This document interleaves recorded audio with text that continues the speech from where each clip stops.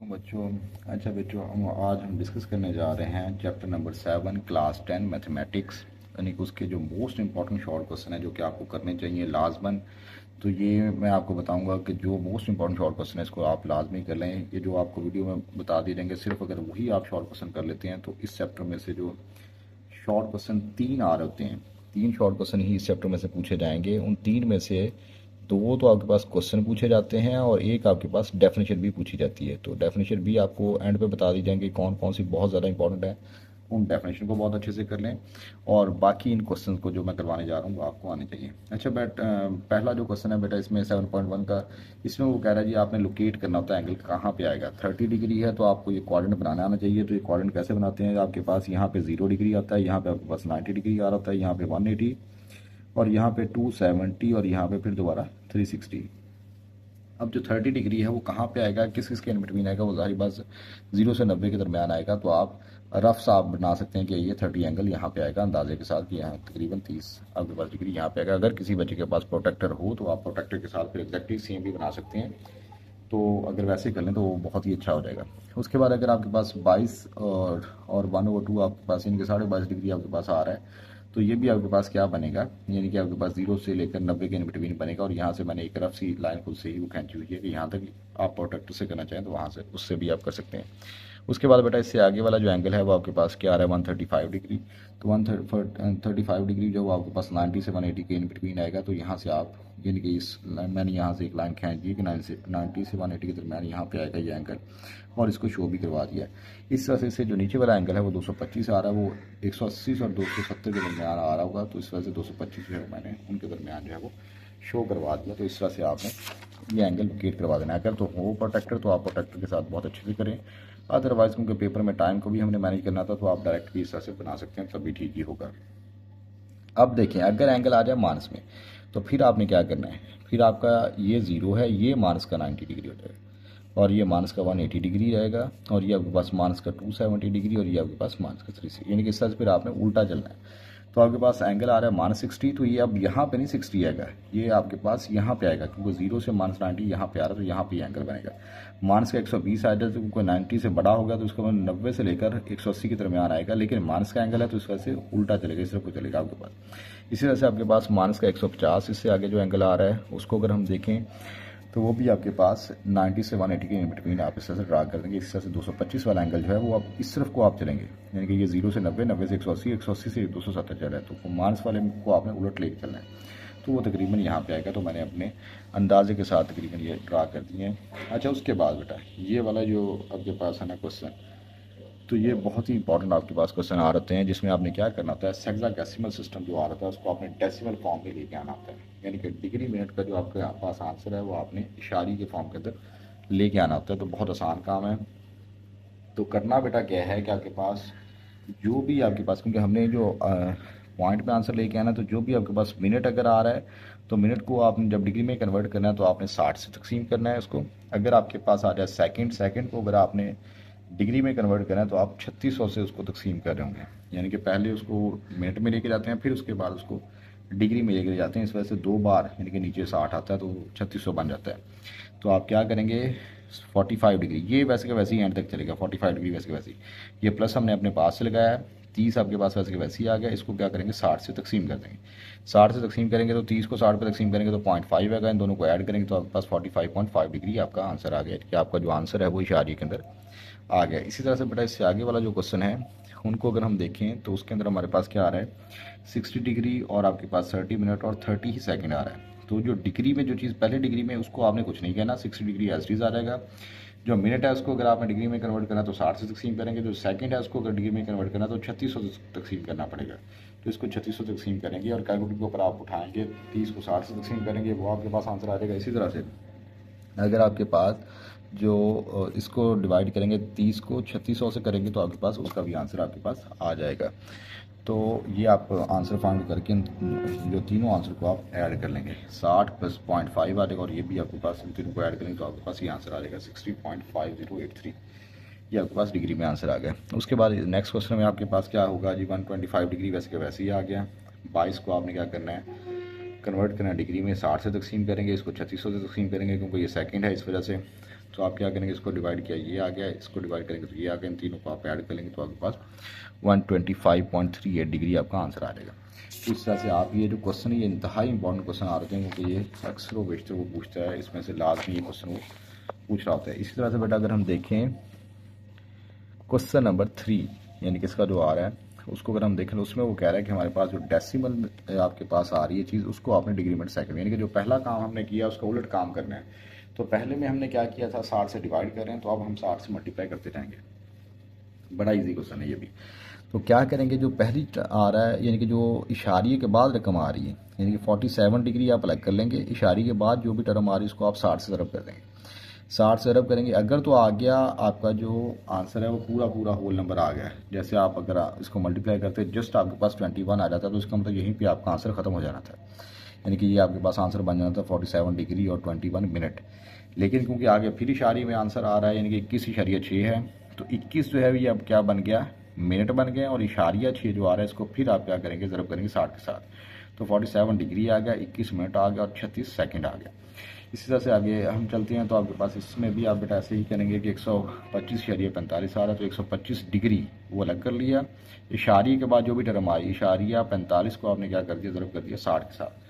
0.45 जब ज़रब करेंगे 60 के साथ, इशारिया 45 लिख रहे हैं या 0.45 वो एक ही बात होती है।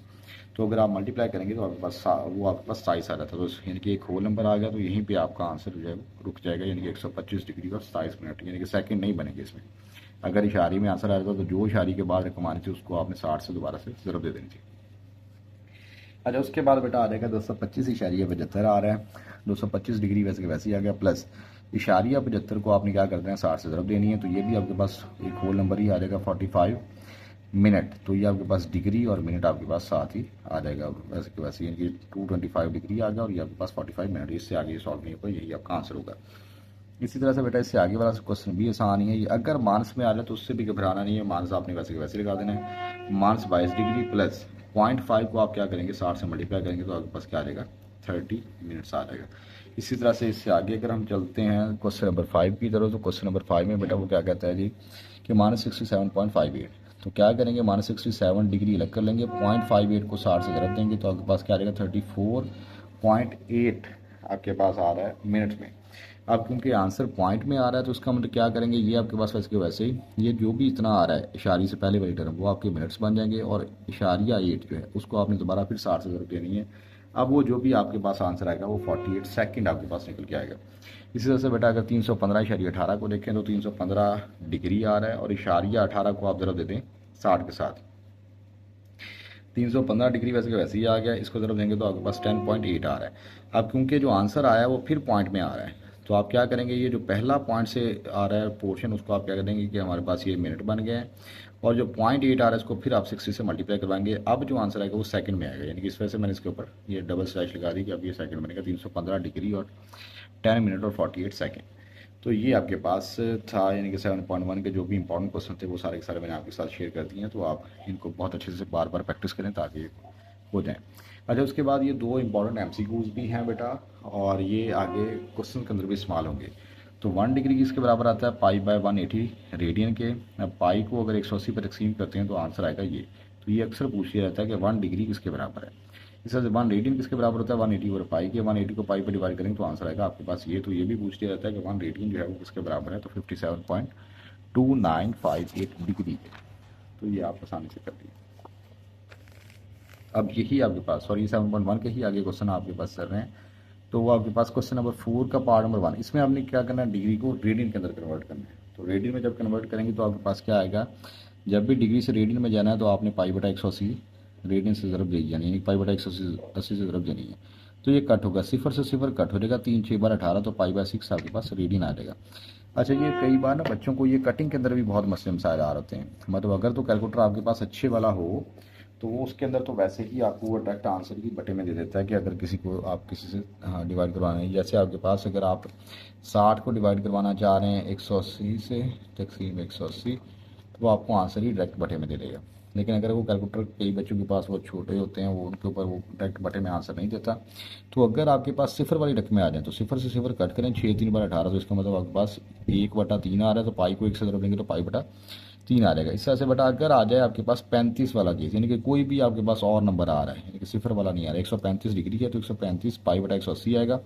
तो बेहतरीन काम तो है कि आपके पास कैलकुलेटर अच्छा होना चाहिए। 135 तकसीम आप 180 करेंगे तो आपको आंसर वो वैसे ही डायरेक्ट आपको आंसर निकाल के दे देगा। वो आपके पास क्या आ रहा है, 3/4। लेकिन अगर किसी के पास अच्छा कैलकुलेटर नहीं है तो फिर इसको आपको क्या करना पड़ेगा, कटिंग करनी पड़ेगी आपके पास। इसको कट करें आपके पास, तो ये पहली बार 9 पे कट किया हुआ, 9 एक बार 9, 9 5 बार 45। अच्छा ये सारे का जो क्वेश्चन है ना जिसके एंड पे सिफर नहीं आ रहा है वो 9 पे कट होंगे। अगर वो कटिंग करना चाह रहे हैं इस से तो पहले 9 पे कट करी जाए। तो ये 9 पे कट क्यों हुआ आपके पास, 9 2 बार 18 सिफर वैसे के वैसे ही आ गया। 9 एक बार 9 9, और ये आपके पास 4 इधर को आ गया, 9 5 बार 45। उसके बाद फिर ये 3 पे और 5 पे कट हो रहा है, 5 3 बार 15, 5 4 बार 20, तो 3/4 पाई आपके पास आ जाएगा इस तरह से। इस तरह से ये 225 है, तो ये भी पहले 9 पे कट होगा। 9 2 बार आपके पास 18 आ गया, तो आपके पास 4 सिर्फ को लगेंगे तो 9 5 बार 45 आपके पास बन रहा होगा। इस तरह से आपके पास नीचे 20 बन जाएगा। अब 25 और 20 5 के टेबल पे कट हो सकते हैं, तो आप उसको आसानी से इस तरह से भी कर सकते हैं। अगर कोई बच्चा ऐसे नहीं करना, उसको कैलकुलेटर उसके पास अच्छा हो, तो वैसे ही वो डायरेक्ट 225 लिखिए तकसीम आप लिखें कि हमारे पास आ रहा है 180, तो वो आपको डायरेक्ट आंसर भी निकाल के दे देगा कि जो कि आ गया 5/4। तो बेहतर है कैलकुलेटर अच्छा रखें ताकि आपका टाइम वहाँ पे वेस्ट ना हो। ये ना हो कि आप कटिंग के अंदर ही क्वेश्चन गलत करके आ जाएं। तो उसके लिए भी मैंने आपको शॉर्ट वे बता दिया है कि जिन क्वेश्चन के भी, यानी कि जो तो सिफर वाले हैं उनको डायरेक्ट सिफर से सिफर कटवाएं, बाकी आपके पास 3 के टेबल पे कट हो जाएंगे। अगर आपके पास सिफर वाले नहीं आ रहे तो बाकी जितने क्वेश्चन होंगे वो आपके पास पहली बार 9 पे आप कट करवा दें ताकि आपकी जो कटिंग है वो छोटी से छोटी रहे। तो माइनस से 225 डिग्री आ रहा है तो आप पाई बटा 180 करेंगे तो आप ये डायरेक्ट ये सेम वही क्वेश्चन है जो भी हम प्रीवियस करके आए, तो वही आंसर आ जाएगा। जस्ट वहाँ पे माइनस नहीं था जिसमें माइनस आ रहा है। इस तरह से जो 315 वाला क्वेश्चन बेटा आ रहा है इसको भी आप क्या करें, ज़रा पाई बटा 180 रेडियन करें। 315 को 180 पे तकसीम करेंगे तो 7/4 पाई रेडियन आपके पास आंसर आ जाएगा। इसी तरह से जो माइनस 150 आ रहा है इसको भी आप क्या करें जी, ज़रब कर दें पाई बटा 180 रेडियन से, तो आपके पास सिफर से सिफर कट हो जाएगी। सिफर वाले तो ज़्यादा इजी हैं, 0 से 0 आप कट करें जी, आपके पास 15 रहेगा, यहाँ पे 18 रहेगा, तो 3 के टेबल पे कट हो जाएगा। 3 5 15, 3 6 बार 18, या कैलकुलेटर के ऊपर डायरेक्ट करें वो ज़्यादा बेहतर है।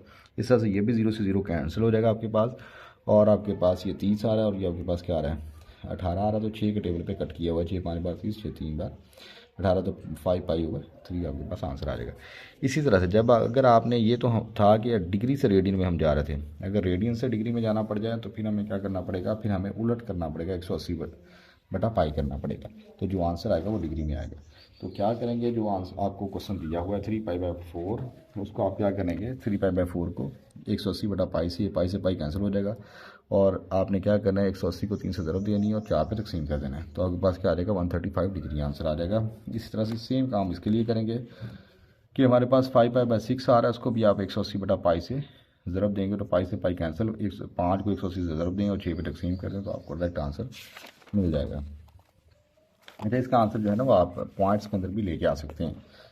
अच्छा जी, उसके बाद 7π/8 और ज़रब 180 बटा पाई से पाई कट हो जाएगा, इसको इससे ज़रब दें और 8 पे तकसीम कर दें तो आपका आंसर डायरेक्ट निकल के आ जाएगा। सेम काम, ये वही काम अब बार बार रिपीट हो रहा है। 180 बटा पाई, यानी पाई से पाई कैंसिल होकर बाकी ऊपर वाले को ऊपर वाले से और इससे तकसीम करें तो आपके पास आंसर आ जाएगा। अच्छा ये क्वेश्चन जो है ना इससे बच्चे कई बार कन्फ्यूज भी हो जाते हैं, क्योंकि जो जितने आ रहे हैं जिसमें आपने कन्वर्ट करना है रेडियन से डिग्री में, उसमें पाई वाली टर्में आ रही हैं, तो बच्चों ने याद रखा होता है कि पाई वाली अगर आ गई तो फिर वो बनेगा। तो ये क्वेश्चन भी हैं, तो आपने क्या करते हैं, है आसान ही काम, 3 ज़रब 180 बटा पाई करना है, 3 को 180 ज़रब दें तो ये आ जाएगा और पाई पर तकसीम करते हैं तो ये आपका आंसर बन जाएगा। सेम काम ही आप इसके अंदर ही कर होते हैं, और इसी तरह से ये आगे वाले 2 क्वेश्चन को भी आप देख लें, सेम काम ही उसके अंदर भी हम करें, यानी कि सिर्फ जस्ट ज़रब और डिवाइड ही करना है, तो आप आसानी से कर लेंगे। इसके बाद बेटा आ जाएगी एक्सरसाइज 7.2, लेकिन एक्सरसाइज 7.2 से पहले आपको इसका फार्मूला आना चाहिए, L = R θ वाला। ये बड़ा इंपॉर्टेंट आपके पास फार्मूला, और यही आपके पास इस एक्सरसाइज में इस्तेमाल हो रहा होता है। तो 7.2 के अंदर आपके पास बेटा क्या आएगा, क्वेश्चन नंबर 1 को अगर हम देखें तो लेंथ दे रखी है, रेडियस दे रखा है, और आपके पास एंगल आपने मालूम करना है। तो फार्मूला क्या आएगा, L = R θ। L की जगह पर उसकी वैल्यू पुट कर दें, R की जगह पर उसकी वैल्यू पुट कर दें, थीटा आपके पास वैसे के वैसे ही रह जाएगा। अब ये जो है ये दोनों टर्में आपस में मल्टीप्लाई हो रही हैं, तो जब इसको उठा के दूसरी तरफ लेके जाना तो यहाँ पे आके ये डिवाइड हो जाएगा। तो 2 को आप डिवाइड कर दें 3.5 से, तो आपका आंसर आ जाएगा 0.5 जो 7 आ जाएगा, जो कि रेडियन के अंदर आ रहा होगा। इस तरह से आपके पास बेटा इससे आगे वाला क्वेश्चन भी सेम आपके पास आ रहा है, L = R θ। 4.5 2.5 ये दोनों आपस में मल्टीप्लाई हो रहे थे, इसका मतलब ये दोनों मल्टीप्लाई हो रहे हैं। जब इसको उठा के दूसरी साइड पे लेके जाना तो ये यहाँ वहाँ पे जाके डिवाइड हो जाएगा, तो आंसर आ जाएगा 1.8। इन दोनों को डिवाइड करेंगे तो 1.8 रेडियन थीटा आपके पास ये आ जाएगा। अच्छा उसके बाद बेटा अगर हम चलें क्वेश्चन नंबर 2 पे। अच्छा जी क्वेश्चन नंबर 2 के अंदर बेटा वो क्या कह रहा है कि थीटा आपको गिवन है, आर गिवन है, लेकिन एल मालूम करना है। अच्छा इस तरह के क्वेश्चन पूछे जाने के इम्कानात बहुत ज़्यादा हैं। अगर आपके पास एंगल जो है वो आ जाए डिग्री के अंदर, तो सबसे पहला काम करना है कि आपने एंगल को रेडियन में कन्वर्ट करना है। तो एंगल को रेडियन में कैसे कन्वर्ट करना है तो हम पहले सीख के आ चुके हैं जी। तो आपने पाई बटा 180 से ज़रूर देनी होती है, तो 180 से 180 कैंसिल हो गया, पीछे क्या रह गया पाई रेडियन, या पाई की जगह पे आप उसकी वैल्यू भी लिख सकते हैं 3.14 जो आ रही थी। तो आपके पास एल वैसे के वैसे ही आ गया। आर की जगह पर उसकी वैल्यू पुट कर दें, वो हमने वैल्यू पुट कर दी। इस तरह से पाई की जगह थीटा की जगह पर उसकी वैल्यू पुट कर दी, इन दोनों को आप मल्टीप्लाई करवा दें। अच्छा इसके ना कैलकुलेटर के ऊपर पाई की वैल्यू वैसे भी यानी कि वो बटन बना होता है 4.9 मल्टीप्लाई, ये अगर देखें गौर से तो यहाँ पे जो 10x लिखा हुआ है इसके ऊपर पाई है। तो ये जो ऊपर वाली चीज़ें हैं वो कैसे इनेबल होती हैं, वो आप शिफ्ट दबाएंगे तो ये आपके पास पाई आपके पास है, यानी कि आप इस बटन को प्रेस करेंगे तो आपके पास पाई आ जाएगा, तो आपको डायरेक्ट आंसर वो मिल जाएगा। ये जो कॉमे वाले होते हैं बटन, इसको यानी कि दो बार प्रेस करें तो आपके पास आंसर आ जाएगा, यानी कि इशारे में आंसर आता है। तो आपके पास ये आंसर बना है 15.4, क्योंकि इशारे के बाद दूसरी तरफ 9 आ रही तो इसलिए आपके पास इसको आप क्या कर देंगे, एक अदद बढ़ा देंगे, तो यानी कि राउंड ऑफ करके लिखा हुआ है। इस तरह से बेटा आपके पास जो क्वेश्चन नंबर 2 आ रहा है, क्वेश्चन नंबर 2 का जो दूसरा पार्ट आ रहा है, आर आपके पास 15 mm आ रहा है, एल मालूम करना है, थीटा आपको गिवन है। अच्छा ये जो क्वेश्चन है ये इंपॉर्टेंट क्वेश्चन आ रहते हैं, क्योंकि इसमें पहले आपने एंगल को कन्वर्ट करना है। तो ये जो क्वेश्चन है इसमें आपके पास 3 क्वेश्चन आ रहते हैं। पहले आप जो आपका एंगल है उसको डिग्री में लेके आएँ, फिर डिग्री से आप लेके जाएँ रेडियन में, फिर आप उसको सॉल्व करने के काबिल होते हैं। फिर आप ये यानी कि कह लें पहले एक क्वेश्चन ये, फिर ये दूसरा क्वेश्चन, और फिर ये तीसरा l equal to r theta वाला क्वेश्चन करेंगे। तो पहले हम क्या करेंगे कि 60 डिग्री वैसे के वैसे ही जो मिनट आ रहा है उसको आपने क्या करना है जी, पहले डिग्री में कन्वर्ट करना है, तो 60 से तकसीम करना पड़ेगा। तो 60 से तकसीम करें तो 0.5 डिग्री आ जाएगा। दोनों को जमा कर लें तो 60.5 डिग्री आ गया। तो अब ये डिग्री में आया तो हमें चाहिए रेडियन में, तो हम क्या करेंगे पाई बटा 180 से ज़रब दे देंगे। जब 60.5 को इससे ज़रब दें और 180 पे तकसीम करें तो आपको आंसर डायरेक्ट निकल के ये आ जाएगा। तो ये आंसर जब आपके पास आ जाएगा तो इसका मतलब थीटा आपके पास रेडियन में आ गया। तो अब आप ये फार्मूला लगा सकते हैं l equal to r theta वाला। आर की जगह पर उसकी वैल्यू पुट करें, थीटा की जगह पे जो अभी हमने निकाला है एंगल वो पुट करें, दोनों को मल्टीप्लाई करेंगे तो आपके पास 15.84। अच्छा इसमें आपने याद रखना है कि एल और आर में से कोई एक चीज़ आपको गिवन ही होगी। जब आपको एल आपने फाइंड आउट करना है तो जो आर का यूनिट होगा, यानी इसका यूनिट मिलीमीटर आ रहा है तो उसका मतलब एल का यूनिट भी मिलीमीटर ही आएगा। अगर आपने आर फाइंड आउट करना हुआ तो जो लेंथ का यूनिट दिया होगा वही आपके पास रेडियस का यूनिट भी होगा। तो इस चीज़ को आपने ध्यान में रखना है, यानी कि एल और आर का यूनिट जो है वो सेम ही होगा।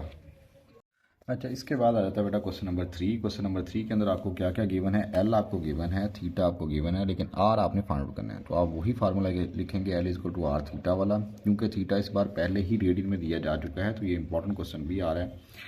तो आप क्या करेंगे, इस वजह से थीटे को हमें कन्वर्ट नहीं करना पड़ेगा, क्योंकि एंगल हमारे पास पहले ही रेडियन में आ रहा है। तो एल की वैल्यू पुट कर दें, आर वैसे के वैसे ही आ गया, थीटा की जगह पे क्या आ जाएगा 1/4 रेडियन।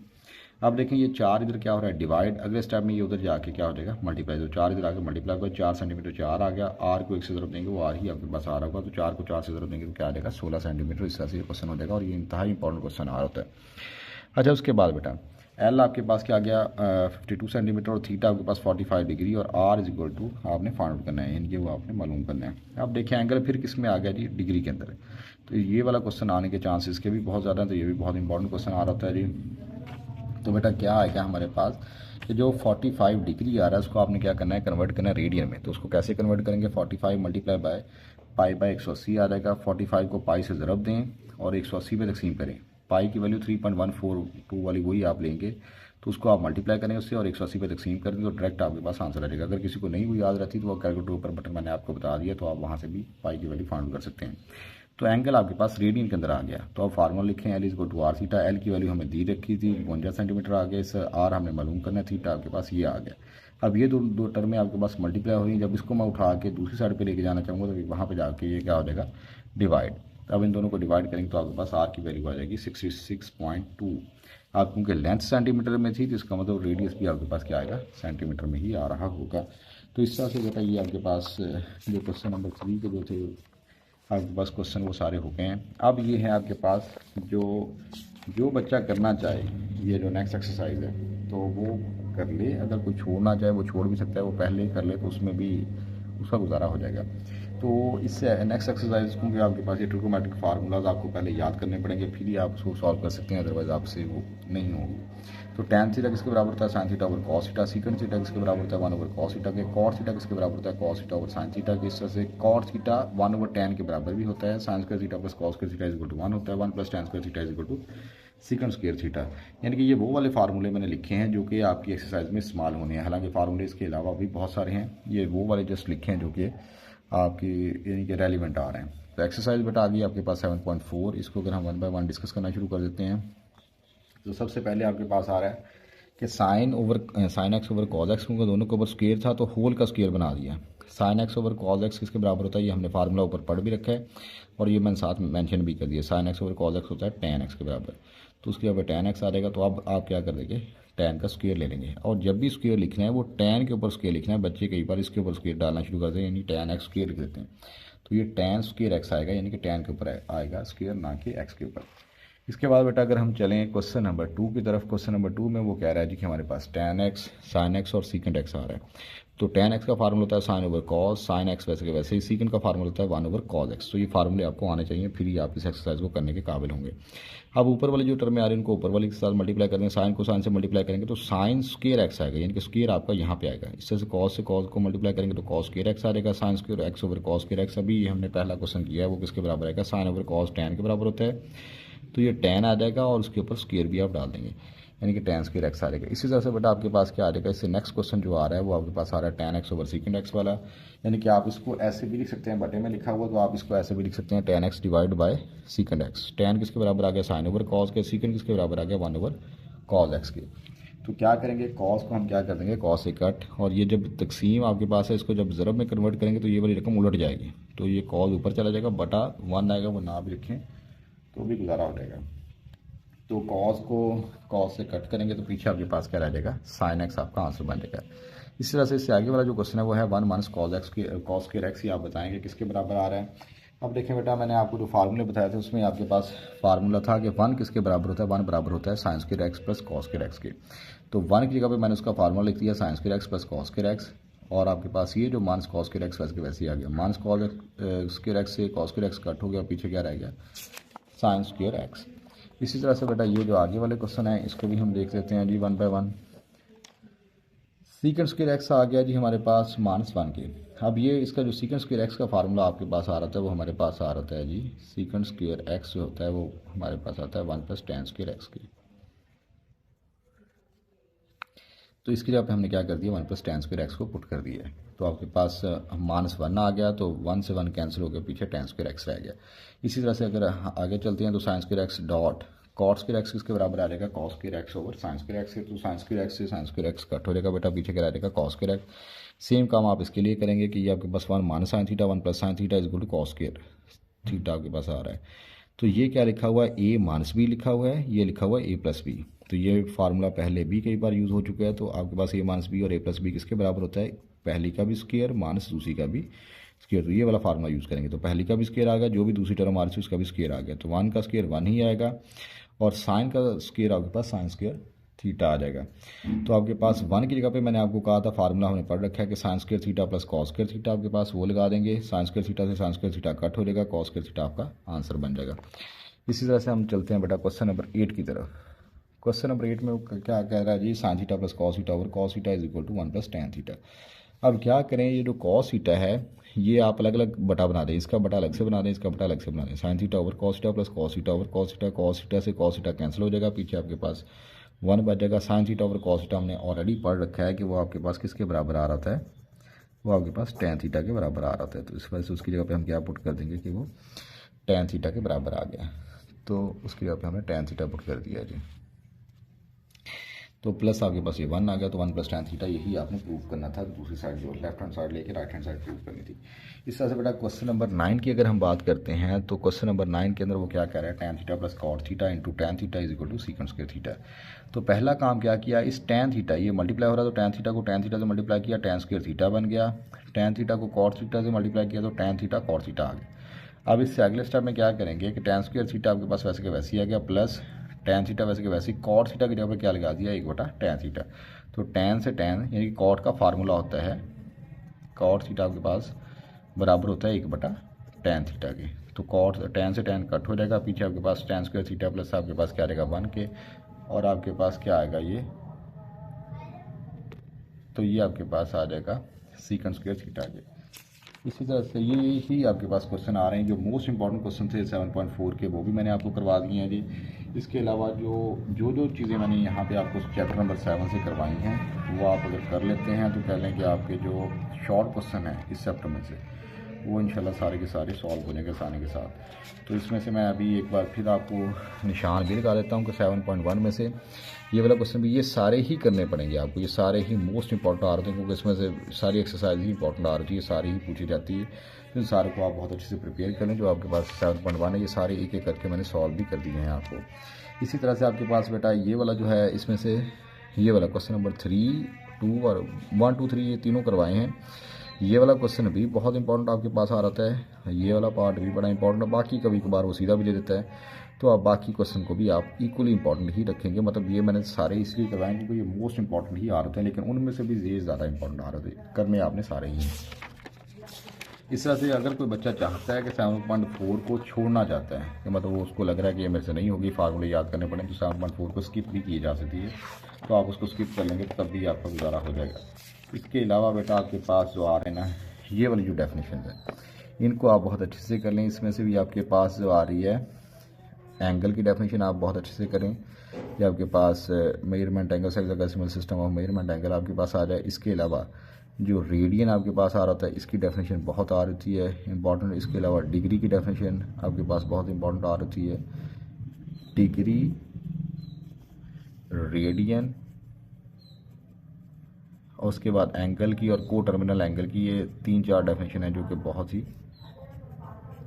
आपके पास इंपॉर्टेंट आ रही है। यानी कि एंगल, को टर्मिनल एंगल, डिग्री, रेडियन, यानी कि ये 4 डेफिनेशन है जो कि मोस्ट इंपॉर्टेंट आ रही है। इनको एटलीस्ट यानी कि वो करनी तो आपके इस चैप्टर की सारी ही डेफिनेशन चाहिए, लेकिन अगर कोई बच्चा चाहता है कि सिर्फ मैं थोड़ी करूँ तो कम से कम ये 4-5 डेफिनेशन जो आ रही हैं इनको ज़रूर कर लें, क्योंकि ये डेफिनेशन ही बार बार रिपीट हो रही होती हैं। तो यही आपके पास चैप्टर नंबर 7 में से बेटा जो करने वाली चीज़ें थी ये मैंने करवा दी हैं आपको। तो इनको अच्छे से प्रिपेयर कर लें, जो भी क्वेश्चन करते हैं उसको बारहा किया करें ताकि आपकी प्रिपरेशन अच्छे से हो जाए। और अपनी दुआओं में याद रखिएगा। अपना ख्याल रखें। अल्लाह हाफिज़।